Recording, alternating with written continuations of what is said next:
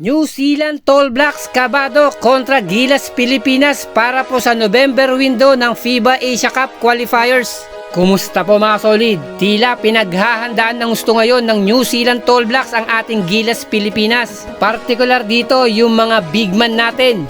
Nasa bagong lineup nga ng Tall Blacks ay humugot rin sila ng malalaki at matatangkad na players. Panapat po kay Soto, AJ Edu, Junmar Fajardo at Japet Aguilar.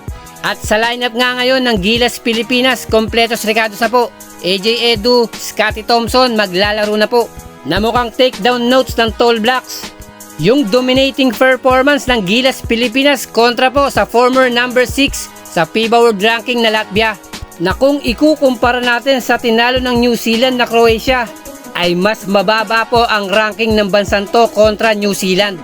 Na kahit pa kargado ang Croatia ng mga NBA players. Na ito pa ang kinababahala ng koponan ng Tall Blacks.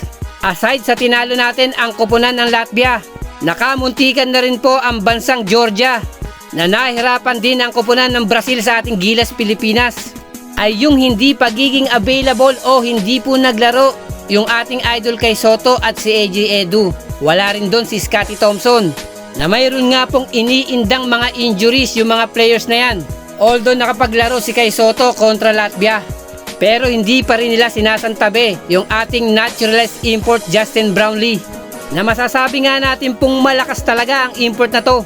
Pero yung key factor talaga ay yung kanyang chemistry at familiarity sa ating Gilas Pilipinas. Ganon din kay Coach Tim Cone. Magiging magandang laban to at posibleng history in the making to dahil susubukan ng ating Gilas Pilipinas putulin ng sumpa na hatid ng New Zealand Tall Blacks.